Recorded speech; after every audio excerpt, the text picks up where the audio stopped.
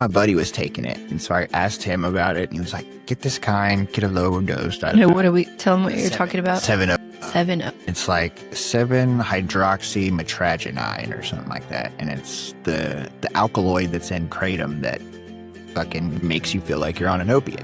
Yeah. In a very low dose, it's going to give you kind of an upper effect, and a higher dose, it's going to give you that straight downer effect. Like I could take it, and nobody would, like, I was still going to meetings. I'm still like, I still have a key to my home group. You know, like I'm not missing a beat. I'm missing money, dog. Like that's why it's so hard, because it's like my life's not going to ruins. Like I'm still paying my bills. I'm broke as fuck, dog. That's why it's like, man, it's not that bad. You know, I try to justify it to myself. Like it's okay. Like it's not.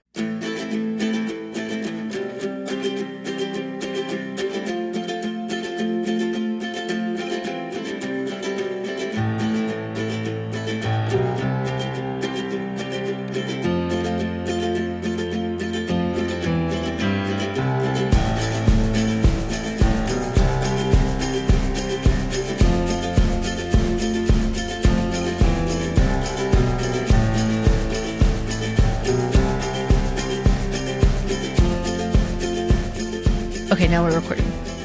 So like we in 24 we relapsed together, and you and your baby mom. Yeah.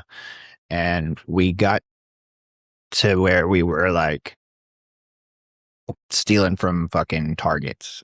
She was a fucking lick artist. I was a pussy, dude. I couldn't do it. I'd go to it, and most of the time the women are, dude. Yeah. And I look way more dope fiend than she does, you know? She's pretty. She can pull off. Yeah, she can get away with it. Especially in Target. I remember her.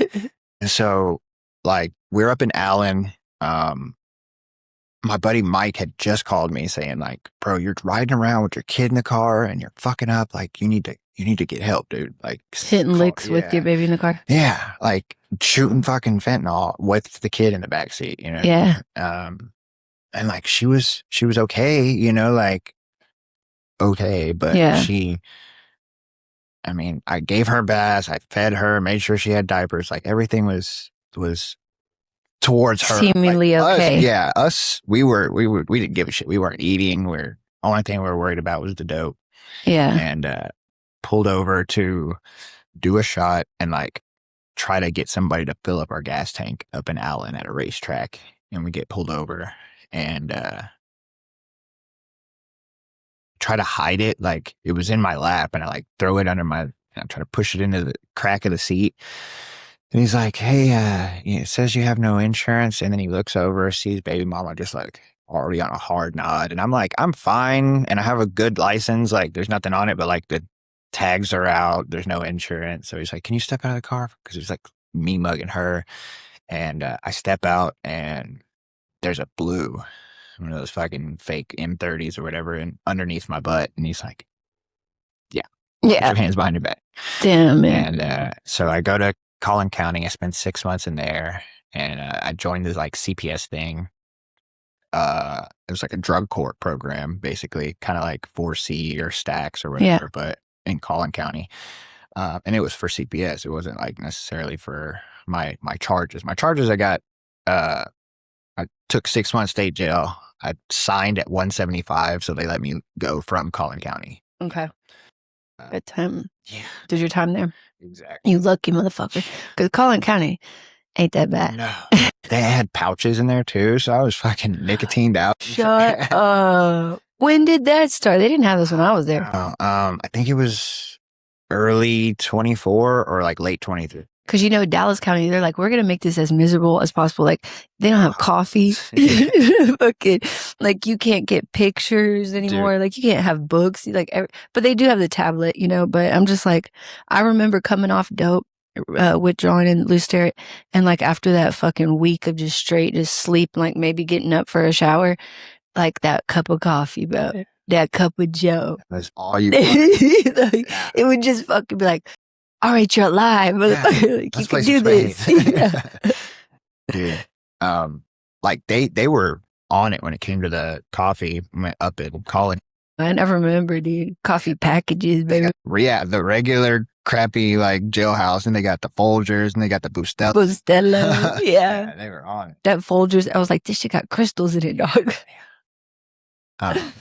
But I do my 6 months, and I'm on this thing called Life Path, which is basically like Metro Care, but for Collin County rather than yeah, I remember somewhat. Yeah. And so they send me to Synacor. They're like, you're gonna do a 30-day treatment right after you get out of here, and I was like, all right, cool. So like 5 days, like 2 days after I sign, like 5 days before I actually get out, I get served. And it's saying, we're suing you to terminate your rights and adopt your kid. I'm like, what the hell? How can I even do this? You know, isn't she like a ward of the state? Like, I have an open CPS case. Yeah. And they're like, the judge was like real mean about it. She was like, I can't answer any of your questions. And like, I'm asking my lawyer. My lawyer's like, I don't know. And I'm like, I'm getting absolutely, I still to this day don't know how the fuck that was even legal or happened. Yeah. I guess because they did it in Dallas. And so Collin County really doesn't have any kind of like CPS programming, I guess, or something. I thought they did because I'm in one, you know. Yeah. But it was real weird, but so they pay for my first month in sober living, and they get me into treatment. So I go to treatment. I get out in like January of 25, and I go to this sober living house, and I'm supposed to go to court every Thursday. And I show up there, and the lady, my lawyer comes, brings me like a big box of clothes and like toiletries and stuff. And then she's like, you don't have to come to court next week. And I was like, okay. And then call her again. She's like, yeah, you're done. And I was like, what? How am I supposed to get my fucking kid back? You know, like that's on you. Like, what the fuck, dude? So I've been like, they didn't have any lawyer appointed or anything? And oh, like, wow. Had I like tried to find something right then, I would have been okay. But like, I was so like, I got to get myself back on my feet. Like, if I get a lawyer and get her back, like, what am I going to do? Like, I'm living in a sober living. I have no money. I have no job. I have nothing. So like, I finally get a job. And then when I try to get a lawyer, they're like, oh, we can't do it. Like, you know, court appointed because you have a job, you know? Yeah. If you're like indigent, they'll give you one, you know, but yeah. And it's different than CPS. Like CPS automatically you get a lawyer. So like, was there a person trying to adopt your kid? Yeah. So this is my second CPS case. In 23, I was living out in Forney, and we got drunk one night, and like we had been like dabbling, you know. I was working for the union, doing really good, you know. I was taking care of baby mama, my daughter, and her son by myself. And oh, that's right, she did have a son when already, right? Yeah, and she has an older daughter. She has grandbabies, dude. Shut the fuck up, dude. How old is she? I think 44. I don't remember her being that. Yeah. She's 82, so yeah, she's 5 years older than me, by a day. Yeah, because mine's January 2nd, hers January 3rd. Okay. But she, we got drunk, did some blow, stayed up all night, took some bars to like come down, and then I don't know. Apparently, we got in a fight. I don't remember. These were not real bars. These were like pressies that were like etizolam, which is like some weird research chemical benzo that kicks you. You just got fucked up, dude. It's like if you stopped in like before 2020, you might have made it good. You know, that's like around when I stopped. Yeah. Like, well, I got arrested. Yeah, and so I ended up like blacking out. I come to, and like I hear the baby waking up, and I'm like hearing her scream, and I'm like, I don't want her to hear this. So I grab the baby and I walk outside, and I guess in her intoxicated mind, she thinks I'm going to drive. I'm like, I'm just taking a walk, dude. Like, I'm not driving anywhere. I'm not in any condition. But she didn't think that. And so she comes to the door with a knife. She's like, bring my kid back. And like the neighbors see it. They call the cops. And so she gets like a ag assault with a deadly weapon and endangering a child. I just get endangering a child and like a Suboxone charge. And they dropped the Suboxone because I had a prescription for it. But like, it was 3 months of jail, and then did all the shit CPS asked for. Got her back within like 6 months. But while I'm doing all this, she's at this foster family, and like they fall in love with her. And so we built this rapport with them. Like that next Christmas we spent with them, like asked them to be her godparents and stuff, you know, and sweet lesbian couple. But like when we got arrested back in Allen, a year later or whatever, the first thing I do when CPS comes and talks to me is I'm like, hey, can you give her to them? Like, we trust them. I don't want her with a different family, you know? And I guess like baby mama had been like talking shit about me to them behind my back.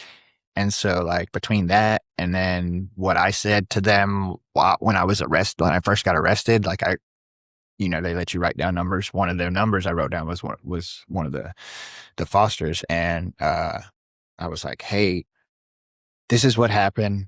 I'm sorry I didn't call you sooner. I know I should have. I asked Tiffany. She said that you guys were just going to try to keep her. And like, I was afraid that y'all were just going to try to keep her or whatever. She was like, no. Sure enough, that's ended up what happened, you know? Really? Yeah. Cause, you know, they serve us with the paperwork and, they got a bougie lawyer that's, you know, and they got money. They live in, Bishop Arts, you know, so I mean, she's very well taken care of and everything, you know, but it's just like, man, you know, it's a little girl, like how you are, but like, I've always been raised and seen, like, little girls need a dad, dude. Oh, yeah. Like, that fatherless behavior these girls are doing these days is fucking ridiculous. And so, like, I don't know, like, I know she's very well taken care of, but like that's one of the hardest things. So like, but you still communicate with him. I mean, I text one of them. I still pay I pay child support. I get pictures like once a month, but like they still haven't even sent me this month's pictures. You know, I asked as soon as I paid the child support. I never got an August set of pictures yet, but so they did officially adopt. No. So I have the final trial October 8th. And I'm going to be bringing like, you know, the motion, like what I'm asking for is like them to have sole custody, but I get visitation, you know, just give me once a month, you know, and like, if I prove myself to you guys and like, you guys see that I'm not the same guy that was fucking off doing drugs and all that shit, then like, please give me more time. But like, I'm only asking for this just to get a piece of me into my daughter's life. You know what I mean? Yeah. Like that took a lot of like inward looking, you know, to not be selfish and be like, no, it's my kid. I want my fucking kid, you know? But it's like, dude, I live in a 1-bedroom apartment in the fucking ghetto. Yeah. You know, I'm over off of Skillman and Abrams. Yeah. Like, if you go to like Park and Ridgecrest, it's nothing but crackheads. Yeah. You know? Like, dude, when I met you, you lived in a ghetto house apartment in East Dallas. Yeah. That it wasn't even an apartment. It was like one of those shared fucking rooms. Yeah, rooms, dude. Share the bathrooms and shit. 5 oak and fits you. Yeah. I was over there the other day and I'm like, I think this was it, dude. I was like, this shit is fucking rough looking. And then when you met me, I don't even know what the fuck I was living in. I don't know what you would call that. No, you were still like under the bridge. Okay. And then that's how I got out under the bridge for a little bit. Because like we got kicked out and Maya was like, you might be able to stay where I'm staying, but I think Rachel's going to take the garage thing. And I was like, oh, okay. You know? Yeah. I remember like Tiffany fighting with me because like you were like, I haven't fucking showered in a minute and filled up a giant tub of water. And you're like, I'm going to fucking take a bath. Fuck this. And I was like, all right, I'll go turn the water on for you. I turn the water on and I leave. And then Tiffany's like, where's she at? I was like, she's in there like bathing. And she's like, in what? I was like, a big tub. She's like, were you watching her naked? And I was like, what? Dude, shut the no. Like, yeah. Okay, I'm not a fucking weirdo. She's fucking flipping out on me like, oh, you're watching her. I was like, you're a fucking insane person. Dude, we were all a little fucked up, dude. But yeah, I do remember her being a little extra crazy for sure. Yeah.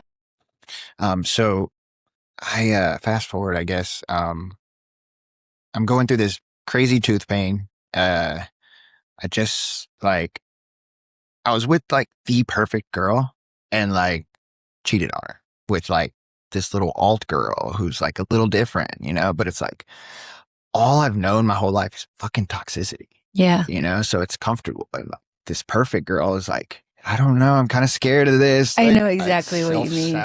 Yeah. Motherfucker. And like, so I end up finally coming clean, like, hey, I've been cheating on you, you know? And like, she's like, oh, okay. And she's still to this day, like the coolest fucking person. She understood. She was like, listen, that sucks. You need to work on yourself. Yeah. She doesn't hate me. There's no like fucking resentment or any of that towards me. It's just like, I forgive you. You suck, but you suck. I forgive. Well, I mean, dude, yeah, because I was just telling, like, so right now, my godson, which I guess is kind of like my stepson, because it's Pete's godson, my husband's godson, is staying on our couch, and he just came back from a relapse, and we're just fucking trying to just be there for him, and it wasn't a bad one, he kind of like fucking caught it right off the grip and was like, no, I'm not finna go down this route. And I was taking him to a meeting the other day, and he was talking about how every time he gets fucked up, it's always over a girl, and that he's just like addicted to these trauma bonds. Yeah. And I was like, dude, I know what you mean, because like Pete and I, he's probably the only human, other than some people I've met in NA, but like that I've been this close with, that I don't have some sort of trauma with. Right. And like it fucks with me in a weird way, because I feel like in my fucked up mind, I'm like, we're not that close because you don't have trauma with me. Like you ain't been in the trenches, you know what I mean?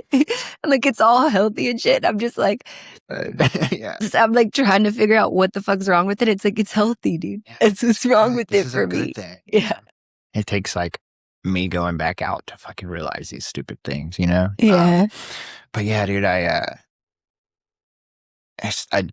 knew my buddy was taking it, and so I asked him about it, and he was like, get this kind, get a lower dose. Tell him what you're talking about. 7-0. 7-0.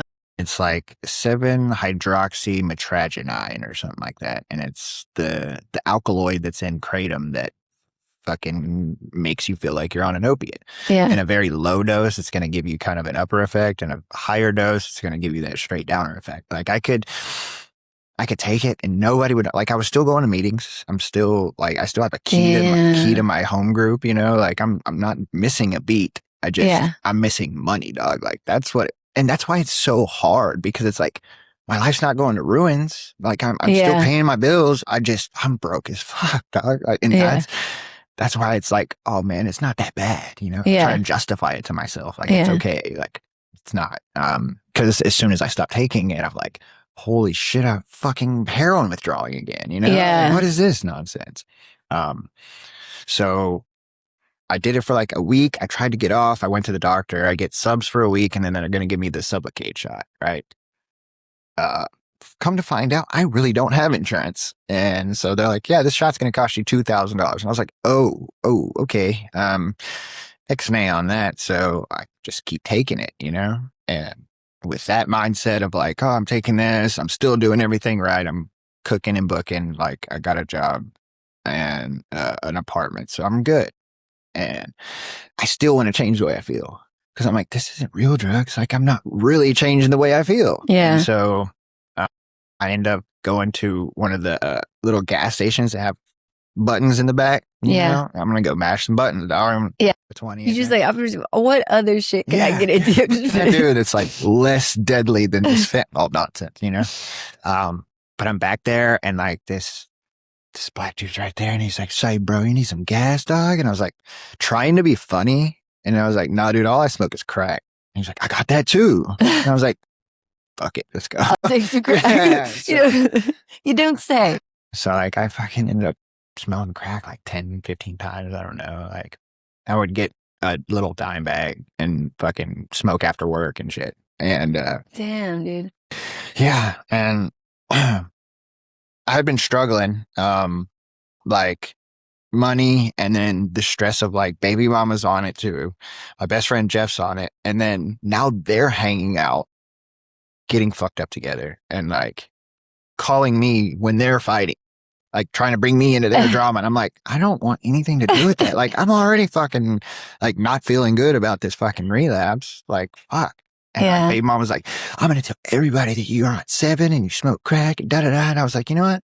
I'm going to snitch on myself. Yeah. Like, fucking. Yeah. So like, hey, that's the best way, dude. Yeah. And so the first person that comes over is my buddy Stephanie. And she's like she has a kid. I miss my kid. So she's like, she lets me like hang out with him all the time. And so he's got a Nerf gun that I had found. Like I clean pools and there's shit at the bottom of pools sometimes. And there was one at the bottom of this pool that like they were selling a house and they're like, this is gonna be the last cleaning. Everything out there is trash and you can, da da da. So get this Nerf gun at the bottom of the pool and I give it to him and he's like, I've been trying to give it back to John for like a week. She's like, I'm coming over. And I was like, all right, come on. As soon as she gets there, I was like, here we go. So I sat her down. I was like, dude, I'm not sober. And she's like, what? She's like, I kind of felt like you were a little off. And I was like, yeah, dude. And so I come clean. She's like, you got to call your sponsor. And so I call Justin and I let him know, like, dude, I need to restart this thing, and he's like, all right, what are you doing today? I was like, I don't know. I'm playing volleyball tonight. And he's like, I'm going to come over. Uh, let's get going. And so like he confides in me some like serious shit that he just went through. And I'm just like, damn, dude, like, all right, I'm not alone. You know what I mean? Like, Yeah. that shit makes me feel good, and it's like, uh, even if it wasn't like, oh, I went and go did some drugs, like it was still some hard shit. Yeah. And to be able to admit that, and come clean and be like, this is a real struggle. I was like, hell yeah. So that kind of helped me motivate. And so I went and played volleyball that night. I went to the 2-4. They have a 10 o'clock CA meeting. Picked up the Desire chip or whatever and started from there. Like I still had enough 7 to get me through the next day. And Monday I called IPS, got on a MAT program, and I go to my home group and I am dying because I still had like 2 of those old subs, excuse me, left over from when I tried to stop like 2 months back. Yeah. And I had taken one too early and it threw me in a precip like instantly, dude. And I'm just like in the meeting, like fucking shivering and sweating at the same time. And Yeah. dying. And like, I got Jasmine and fucking Allison. Jasmine on one side, Allison on the other side. Like, you be okay? You be okay? Like, fuck, dude.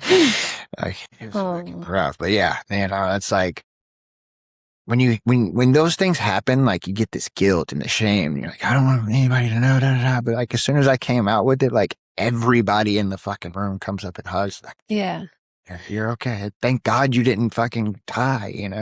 Yeah, I always I always think that like all the times I ever attempted, staying clean before was only because I had just gotten out of jail, right? So some of the fog had cleared and I was somewhat feeling a little bit better. And so I came out with every intention of staying clean, but like I really had no recovery or even knew what the fuck that was. So I always went back and it's like, I never considered those relapses because I was just like that. I'm just doing what the fuck I know what to do, right? Like fucking shit gets hard, you fucking go get some drugs, and that's all I knew, But it's like once you have some recovery, it's a little different. Yeah, it's like yeah, motherfucker, like the whole shit's gonna crumble, and it's like, but that's so genius. You're like, yeah, fuck this, I'm gonna snitch on myself, and it's really the best thing you can do. It's like honesty. I mean, it's a core principle in fucking recovery, dude. And it will set you fucking free. And then once you're honest, motherfucker, I'm so honest, it's ridiculous. Everyone at my work, even like the guests that come in and eat, they all know my story. Like everyone knows everything I've ever done. That's Rachel. She's a little wild. Yeah, it's like a fucking corporate ass place that I've like done 4 steps. Yeah. And so I got to rocking and rolling, man. I that first week I struggled for like 3 days, finally got the meds and like it started to make me level out and shit, like feelings wise and shit. And then I went and grabbed as many meetings as I could fucking get to that week.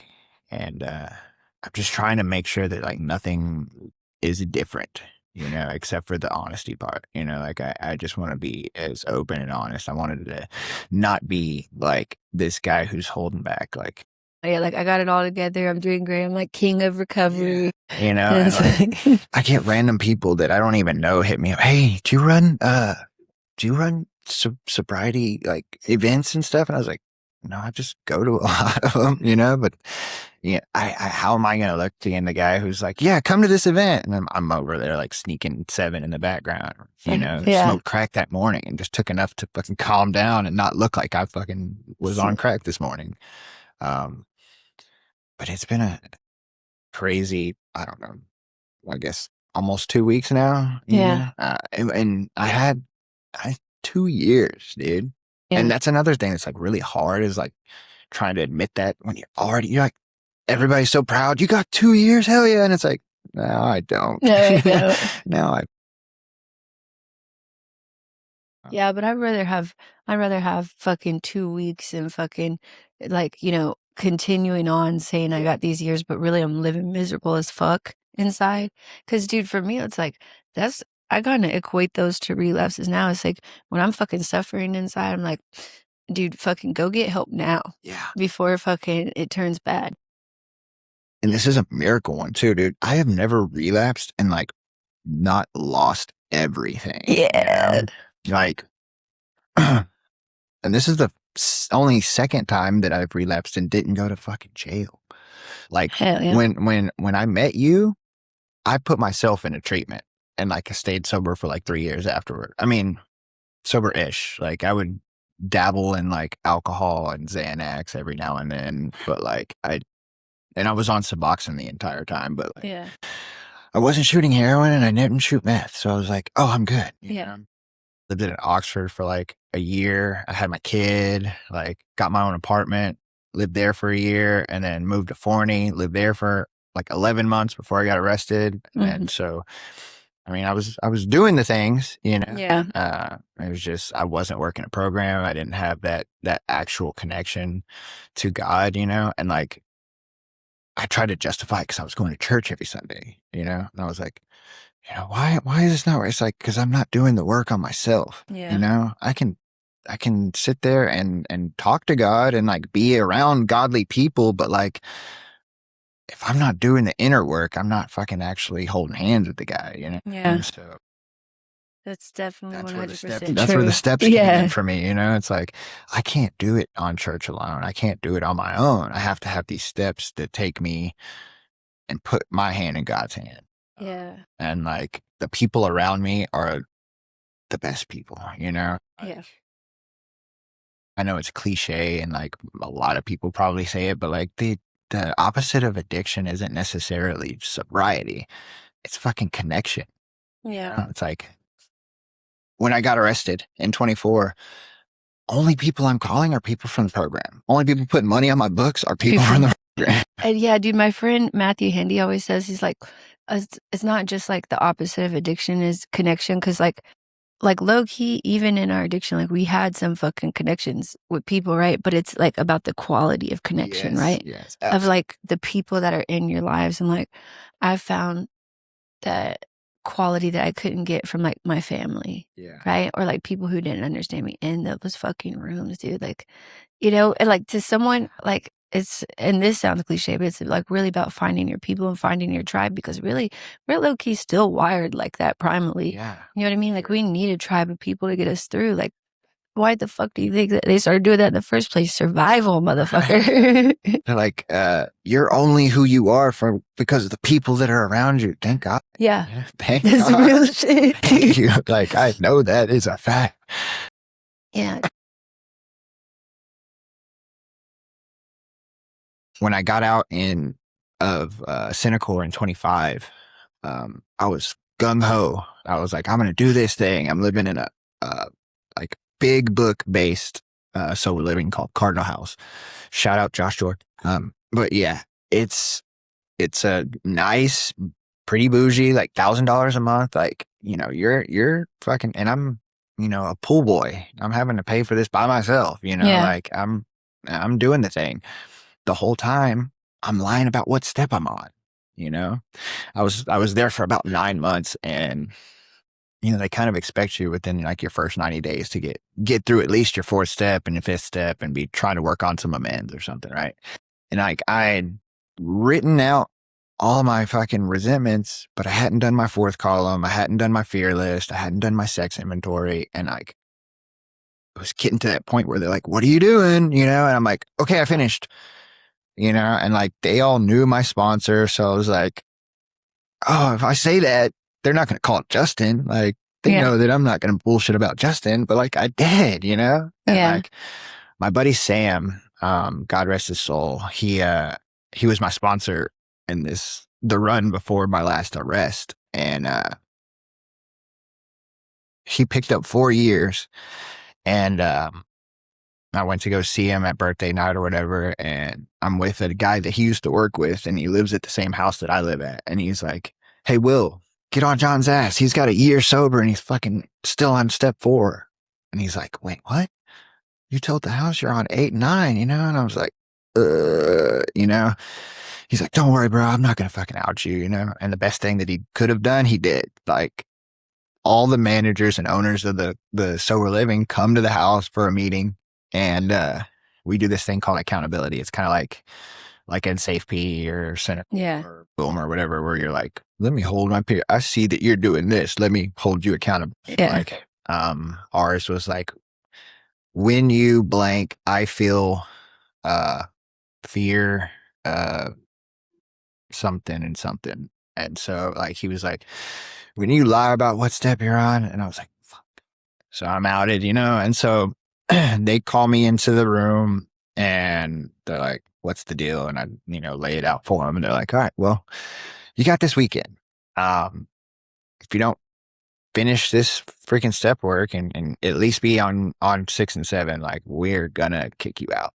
And like a couple of the guys were like, if you weren't you, because like they knew like I'm key holder, I'm fucking doing all of the recovery things, I just was procrastinating on putting pen to paper. Yeah. I told my sponsor, I was like, dude, I'll tell you all of it. He's like, it's still not the same as actually writing it down and getting it out of you, basically. It's like pouring it out of you onto this page. Yeah. It's like, what is so hard just about fucking doing the work? Like, when we would fucking do anything in the world for fucking to go get that fucking next one, you know what I mean? It's like putting a fucking or even sometimes for me, it's like picking up the phone, you know. And now I sponsor women, so I'm like, oh, I have to do it, you know what I mean? Because I have to be like, how can I expect them to do it and then I don't? Exactly. So that's one of those two-way street things, you know, because it's like forces me to practice something that I don't like to do. Yeah, get uncomfortable real quick. And so I call Justin, I tell him what's up, and I'm banging out. But it took me like 5 months basically to finish a 4th step, you know? And like, I know it's a little different. And he's like, it's a lot longer. Play as you go, you know? I remember talking to one of my friends from NA, and she's like, I just picked up 4 years. I was like, all right, how many sponsees you got? She's like, I'm on step 7. I was like, what? It was baffling to me, but like, you know, whatever works. I worked them all in. I got 3 months, so you're doing something good. I worked them all in a year. Like, me and my sponsee, we came together and I made a commitment that we're going to meet once a week. This is how we're going to do it. And by this time next year, you will be finishing this up. And I did. Yeah. Good. Yeah. I this time around, like, I'm less than 2 weeks sober, and I just did my 5th step yesterday or day before. Thursday. And I'm like, I didn't feel like, so my sponsor has a 1-year-old and like a little dog, and the dog bit his son and like gave him stitches. Like, it was pretty bad. And he's like, I can't meet with you. And I was like trying to, you know, knock this 5th step out. And he's like, I can't meet with you, but there's some good men here. You can read your inventory if you're comfortable with it. And I was like, yeah, shoot a number, you know? So I do my 5th step with this guy, Evan, who, like, great recovery, doesn't know me as well as Justin does, you know? Yeah. And I'm like, I'm going to still have to do it with Justin, which is fine. Like, I don't mind that. But like, I'm thinking to myself, when he hands me my character defects, I'm like, these are good, but like, I feel like it's a little like surface level, you know? So I call Stephanie, like, I go to a meeting with her last night. And I was like, hey, I'm going to give you this list of character defects. We add some more. She's like, yes, dude. So like, she's going to add some character defects. I'm going to, you know, when I run my 5th step by Justin again, I'm going to have him add some more character defects. So then when I'm on 6 and 7, like, I can actually like try to get rid of this serious deep down shit that, you know, I don't even notice sometimes. Yeah. One of those ones where it's like, if I don't do this right this time, like, I don't know if there's coming back. Like, I said that a million times, and I'm fucking blessed that, you know, I still have a job. I still have an apartment. Like, I still have all of the things, but like, Only thing I missed out on was like my 2 years, which is nothing compared to a life that I could have lost. Yeah, definitely, dude. I know fucking just how you're explaining your step work to me just lets me like I'm like that shit goes pretty deep. And I'm sponsoring women now, and I was working some steps with them, and I was like, as I was trying to explain the fourth step to someone, I was like, dude, I really don't think I was as thorough as I should have been. You know what I mean? You have like these columns, or like at least these were me. I'm just writing shit fucking down and like being like, yeah, this is where I was fucked up. This is where I was fucked up. This is where I was fucked up. And I told my sponsor, I was like, I'm pretty sure I missed a lot of shit. I was like, there's shit I think that even might have happened that I don't really remember, but it's starting to come up now, you know? And he's like, it's okay. Like, that's why we continuously go through the steps, is because like your perspective is only so big at the time that you did it the first time. Like, it's not that you missed anything. It's like, you're just growing. And that's where the 10th step comes in. You can call like, hey, dude, I remember this now. Like, it was 10 years ago. Like, I've been done for some years with my fourth step, but like, this is coming back, and I'm thinking about it. So it's like, I'm taking this personal inventory. When I'm wrong, I'm going to promptly admit it to my sponsor. I'm admit it to whoever else that'll listen. And then I'm going to go about my day, and like, I can't remember really working the steps in NA, because like I started in NA, like I technically, like where I felt home was Town East. I'd gotten out of Wilmer, and I was working with the AA sponsor, and I did my steps with him. And like when I'm telling him my fourth step, he's like, cool.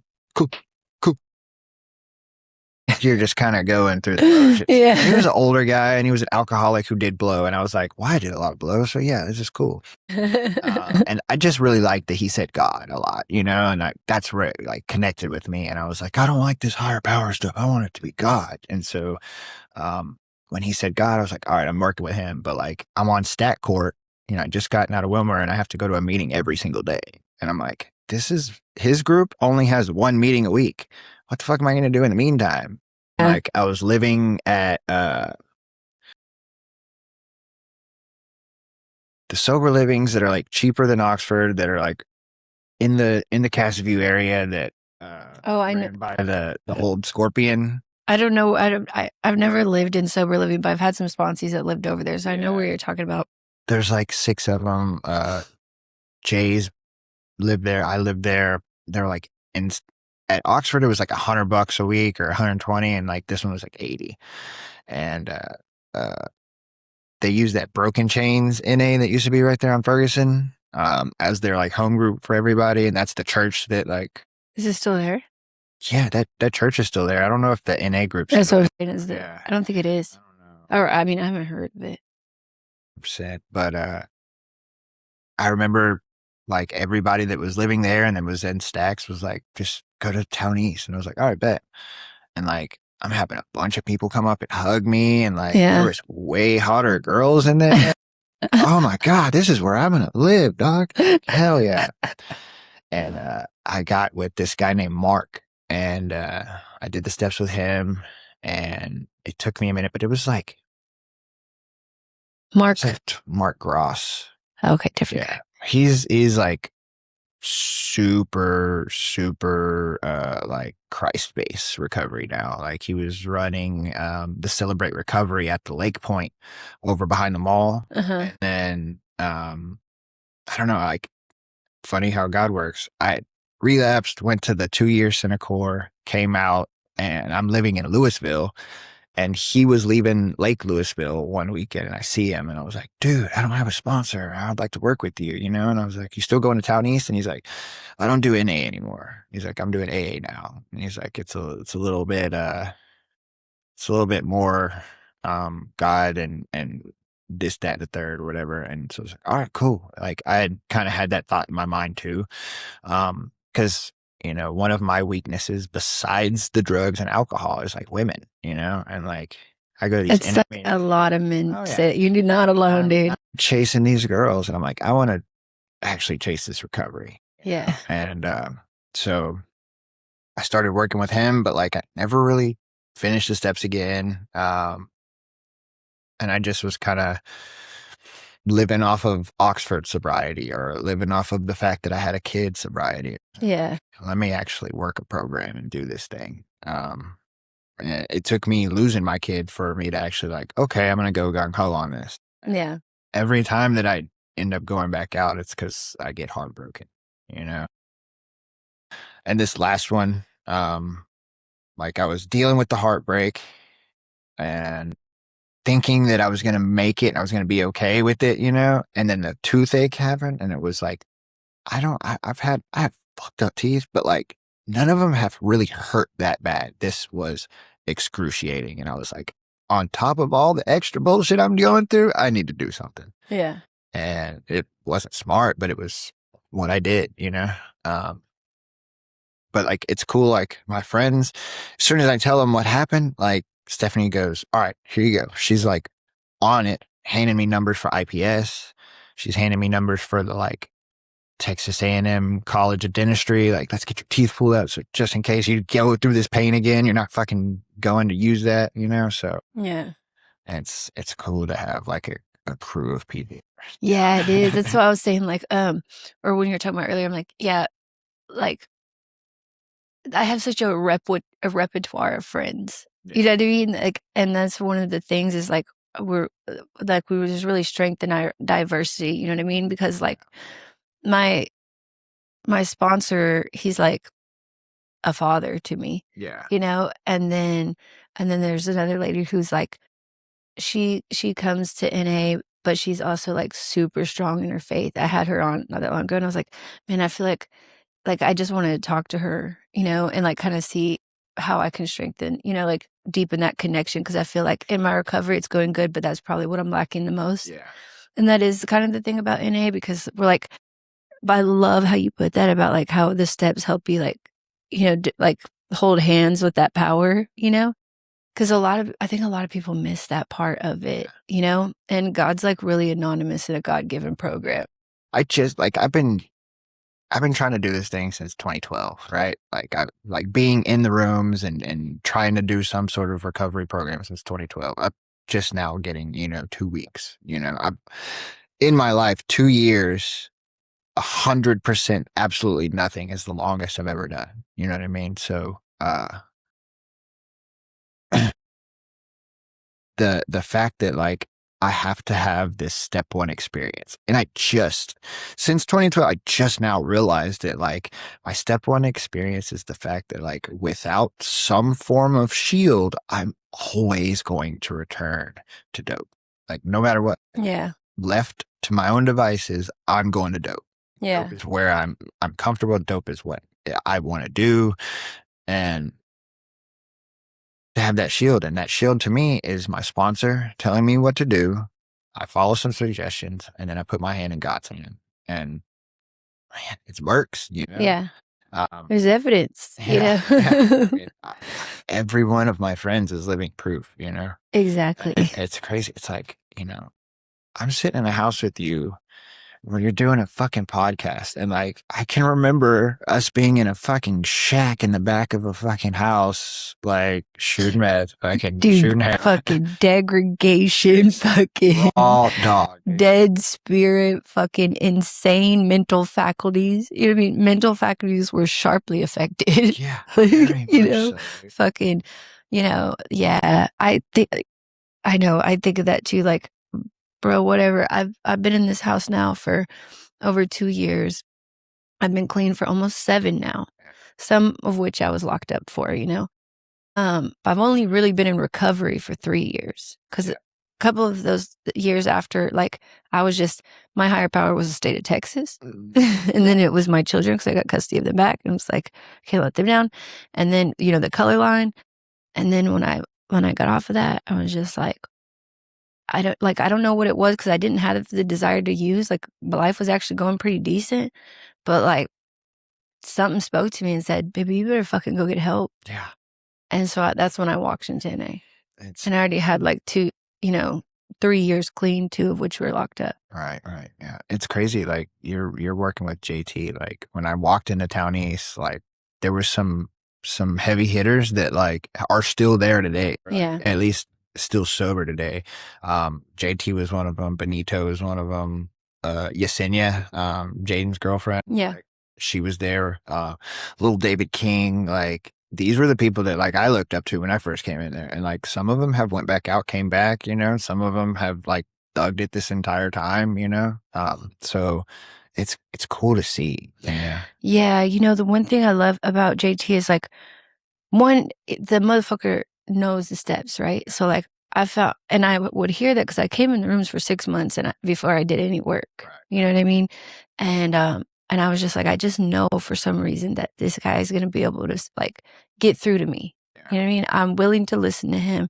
I think what he has to tell me is going to be important, Right. and I'll take this journey with him. But another thing is that he's really taught me what's been most important in my recovery is like fanning the flame of desire for someone else. Yeah. Like, you know what I mean? Like how, yeah, dude. And it's like a lot of these women relate to me because a lot of these women have been locked in bathrooms with fucking needles while their kids are on the outside fucking wishing their mom would come out, but they can't come out because they gotta fucking get that hit, and like a lot of mothers, can relate to the pain it feels to like want to be a mother, but like being controlled by that drug so hard. It's like, it doesn't matter how hard your heart's crying out to be a mother. The fucking drugs says, if the drug says, bitch, put this shit in you, you're going to do it, And like the fact that, I fucking was living under a bridge, you know what I mean? It's just like, and it's not to say that like pain is pain, right? Yeah. No matter what your story is. But the cool thing is, it's like, I'm not just out here with like material possessions. Like I'm in the fucking meeting. Yeah. And I'm like, and I'm happy to be there. And, and they're just getting like, and giving. Yeah. Like I have a perspective that somebody might hear and go, damn, that motherfucker there, he's been through the struggle and he's still fucking rocking it. Like, I want to be like him. Or, I might hear the same thing and be like, that guy right there smoked crack like I smoke crack. Like, I want to fuck with that guy, And then like this, sometimes the Nexus van will come to the druggy buggy. Yeah. And it's these women that just, like they're just crying for a piece of hope to hold on to. You know what I mean? Like just like, right. And it's like sometimes, like no offense, if I'm not in the room, they might not get that because I love Benito and I love JT, but it's difficult for a young mother who's fucking like drowning in shame from all the shit she's done in her addiction that have hurt herself and her kids. Can't necessarily always relate to Benito and JT. Yeah. Even though they got good shit to share, but they ain't that far along yet. They can't see that far. They're like, what the fuck are these people even talking about? Yeah. And so they need like someone to fucking break it down, fucking raw dog, and be like, this is life or death. Some of them have some trauma with men, Oh, yeah. And it's like, I don't want to talk to that guy, but they see you in there rocking and rolling. They're like, okay, I'll talk to her though, Yeah. That's what this program is. Just the 12th step in and of itself is like, let me fucking help some. Yeah. That's been instrumental, How can I be of maximum service to my fellows?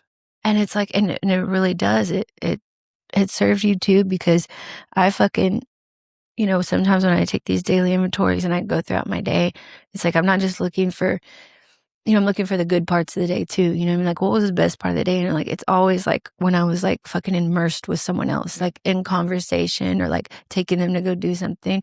Because dude, I've straight up had one girl who I love. I actually work with her. I had no idea she was an addict. She reached out to me because I'm loud and proud, baby. Yeah. I'm loud and proud. And she fucking called me and she was like, I'm fucking dying.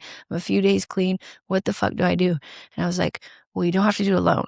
Like that's really, if I could tell you anything, just don't try to do it on your own. Yeah. You know what I mean? And so I brought her to this meeting and she's been going to meetings ever fucking since, you know what I mean? And like, she straight up told me she's been to fucking Tuckna, like all these fucking, they drag her along everywhere. Fucking Duncanville group don't play.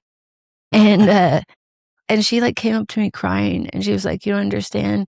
Like, I've got 90 days clean and I've lived more life in this 90 days than I have in my entire life. Yeah. And she was like, and I remember it. Yeah. Yeah. Yeah. It's dope, dude. Let's have fun. Definitely. I I know that I saw that a bunch of people were going to that thing, and I was like, dude, I want to go to Whitney and go jump off a cliff. I know, me too. I made a commitment, so I'm being Tyler today. Nice. I saw that too. You tell your story out there. Yeah. But yeah, dude, yeah, definitely having fun. So like a lot of things that I've got in my recovery is like I started using drugs at a very young age. I got pregnant at a very young age. And I had a lot of trauma as a child, you know? And so it's like I hardly remember bits and pieces of being a kid. I do remember I remember when punk rock came into my life, you know what I mean? Yeah. But those are the best memories. I was like, oh yeah, we're fucking going out to shows. We're making our own fucking clothes. We're fucking, you know what I mean? Hopping trains, spray painting buildings, like creating shit. And I was like, yeah, dude, that's that fucking DIY shit, you know? I like, if you look around my house, you can tell like, motherfucker, I am creative. Hell yeah. And it's like I get to find out those things about myself again and like live them, you know? Yeah. And like lost dreams fucking awaken, dude. I have this thing now. It's like if you really want to do something, like if that's really what you want, fucking do it.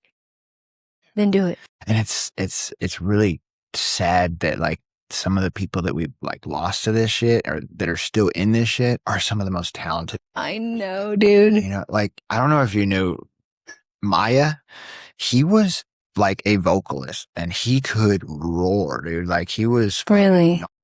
I believe it. Yeah. Rest in peace. Yeah.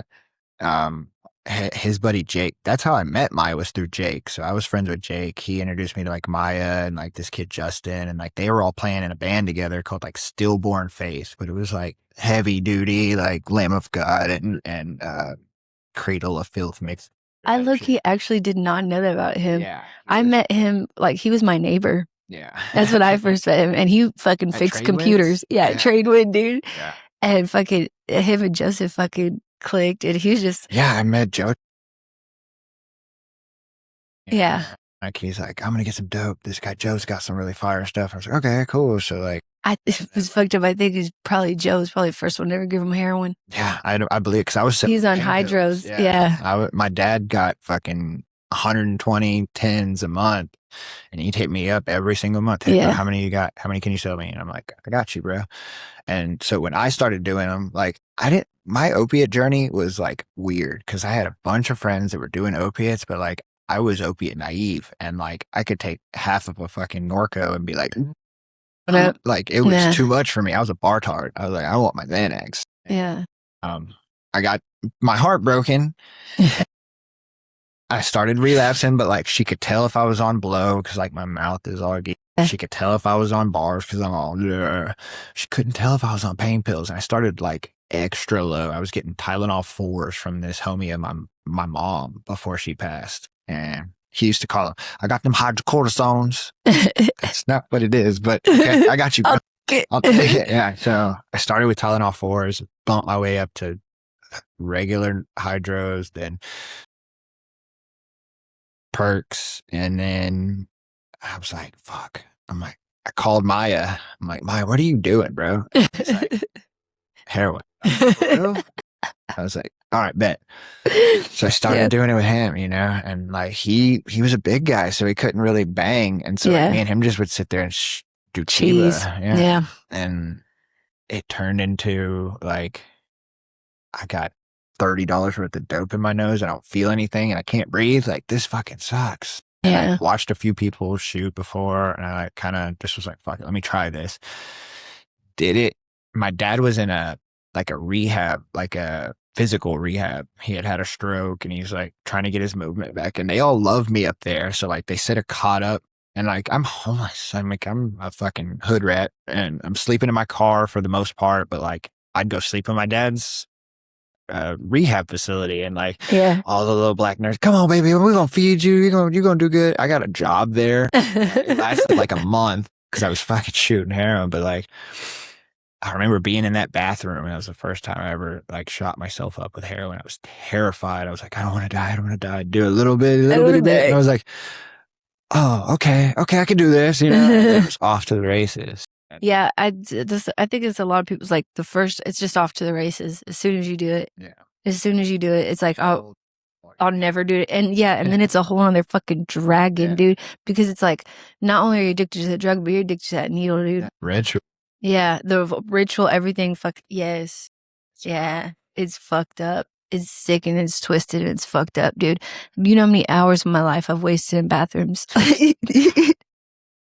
I was so blessed that, like, even when it was really hard, it wasn't like super hard, but like for 90% of my needle shooting addiction, I'm with my baby mama, and she, like, for some reason, women are harder to hit. Like, you guys have a hard time. I watched, like, my best friend Chris's wife just struggle for hours on end. She's trying in between her. Dude, fingers, fucking toes, the only place I never really did was my neck, because that I had someone do it for me like twice, and it was just so scary. I was like, nah, dude, I don't want to lose my fuck. I don't want to have a fucked up neck, dude. Like, I'll lose my legs, I'll lose my hands, you know what I mean? But, like, my neck, dude. It's crazy. Like, some of the people that are in the rooms these days, like, I can remember being in the fucking struggle with them, you know? Like, the first time anybody hit me in my neck, I was with Jaden and Jordan, and, like, there was this, I can't remember his name, but this really tall kid that, like, he was trying to get with the chick who lived there that sold, and, like, everybody was all cool. It was basically just a shooting gallery. Yeah. And, like, I get hit in the neck for the first time, and all I can remember being like, please don't kill me, please don't kill me, please don't. Yeah. You know, and Jordan goes to take a shower. Jaden's trying to finesse the fucking Paletta man outside for a free ice cream. And, like, the house gets absolutely raided, dude. Like, she gets tackled out front. We hear her screaming, and we're like, what the fuck? And I'm, like, waiting on Jordan to get out of the shower. That's not half the reason I got there. I was like, I'm going to do a shot, take a shower, and leave. Yeah. And, like, I'm waiting on Jordan to get out of the shower, and next thing I know, fucking 16 different cops and all these different trucks. With a mask, you know, narc officers. They thought it was a trap. And it was like, no, we just shoot here. We don't actually sell anything. We're dope fiends. Pushers. Yeah. Like, everybody in the house gets fucking arrested. Few of us got out. I remember I got out. They charged me for a piece. Like, that shot in my neck was the last piece of dope I had. But there was somebody found one under the couch where I was sitting. Yeah. Y'all didn't even see me sitting there, first off. But, like, yeah. I'm the one that got the finger pointed at it. Yeah, dude. It's crazy how many times I've been in situations that were raided by police. Yeah. Game rooms, fucking trap houses, fucking, you know, and, like, one time my mom was actually at the game room, and it was so fucking crazy because she had given me a car when I got out. Dumbest thing she could ever fucking done. That motherfucker I nodded out of the game room. That shit got stolen. Went on a fucking personal vendetta to find that bitch. Found it, held someone at gunpoint to get it back. Yeah. And then I'm at a game room, and I'm like, I got the car, Mom. She's like, where the fuck are you at? And she was like, I just want to come get it serviced. She's, like, lying to me. Like, bitch, I'm taking this car back, you know? It had already been fucked off a lot. But I was just like, so I give her the address. She pulls up at the game room. Fucking guns blazing, dude. Fucking cops. Everybody, you know what I mean? Like, they're in there. They're fucking pulling out guns and shit. And they're going through and they're taking everyone's name. And I knew I had a blue warrant. Yeah. But I had a friend whose name and information and everything I knew. My mom even knew this girl. I grew up with her since kindergarten. I mean, like, I knew her previous addresses, her social, like, you know, and my mom's standing there scared as fuck, just like the greenest, fucking most Karen white lady of all time. Dude, just like, here for my car. You know what I mean? And we're all fucking lined up, and they're asking me, and I'm literally looking at her as I'm giving false information to the police. Like, don't fucking say that. Like, I'm saying it with my eyes, you know? And she's just there, like, scared shitless. And I'm like the only one they let go because I didn't have fucking any warrants, dude. It was not me, but she didn't have any. And I was just, and I'm like, I don't even know. I could imagine what was going through my mom's head. She must be traumatized for that, you know? But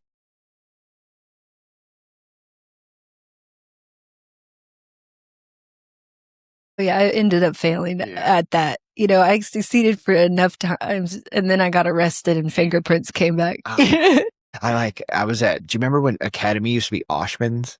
I don't know. All right, so, like, that one right there in Town East at the Emporium Circle or whatever, it's an Academy. Yeah. It was an Oshman's. And my buddies played baseball in high school, and and I smoked weed. That was it. but like they're playing baseball. They're like, we're going to go get some Under Armour. You want to smoke? And I was like, hell yeah, let's go. So I'm in the car to smoke. They're in Oshman stealing Under Armour. This was when Under Armour first dropped. Yeah. This shit was expensive too. Yeah, and all the baseballers wanted some Under Armour, and so they're in there like stuffing shit in their pants, and I'm in the back stoned, like punching one of those fake dummies. Yeah, and they call me out, and like I had been truant, and I'm like 90% sure I got a warrant for truancy. So when they ask me my name, I tell them like Robert Johnson, because like my name is John Robert. It's like Robert Johnson. Trying to finesse. I don't have an ID, so I'm like, I'm good. They pull out my wallet and there's my fucking socials in there. Like, well, who's John Robert Davis? I was like, God damn it. That would be me.